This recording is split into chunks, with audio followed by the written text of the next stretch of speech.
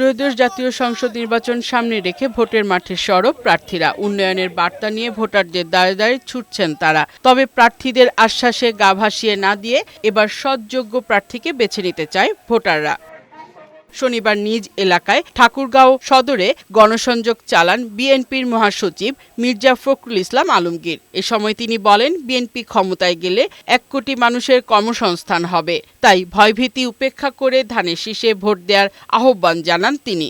আমরা ধানের শীষে লোকেরা আপনাদের পাশে উঠতেছিলাম, এখনো থাকবো ইনশাআল্লাহ। উত্তরবঙ্গের সফরে দ্বিতীয় দিনে রংপুরে জুলাই বিপ্লবে প্রথম শহীদ আবু সাঈদের কবর জিয়ারত ও পরিবারের সাথে সাক্ষাৎ করেন জামায়াতের আমির ডাক্তার শফিকুর রহমান। এ সময় তিনি বলেন, রাষ্ট্র পরিচালনার সুযোগ পেলে ন্যায় বিচার প্রতিষ্ঠা করবে জামায়াত। আমরা চাই ন্যায় বিচার, আমরা সেই ন্যায় বিচার প্রতিষ্ঠায় প্রতিজ্ঞাবদ্ধ।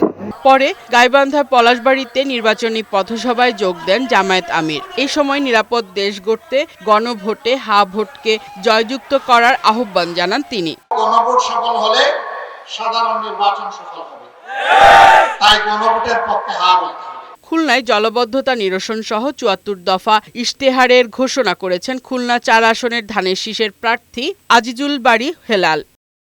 নাটোরে নির্বাচনের মাঠে উত্তাপ ছড়াচ্ছে বিএনপি ও জামায়াত। শনিবার প্রচারণায় অংশ নেয় জামায়াত প্রার্থী ইউসুফ আলী ও বিএনপির প্রার্থী রুহুল কুদ্দুস তালুকদার দুলু। আমরা এগুলো চাঁদাবাজি আমরা করব না, কাউকে করতেও দেব না। নির্বাচন সামনে রেখে নেত্রকোনায় জোর প্রচারণা চালাচ্ছেন সাবেক স্বরাষ্ট্র প্রতিমন্ত্রী লুৎফুজ্জামান বাবরের স্ত্রী। দিচ্ছেন এলাকার উন্নয়ন, কর্মসংস্থান ও জনগণের মৌলিক অধিকার রক্ষার প্রতিশ্রুতি। নোয়াখালী জমিদারহাট উচ্চ বিদ্যালয় মাঠে জনসভা করেন নোয়াখালী ৪ আসনের বিএনপি প্রার্থী ও কেন্দ্রীয় বিএনপির ভাইস চেয়ারম্যান মোহাম্মদ শাহজাহান। ফারহানা শিমু, বৈশাখী সংবাদ।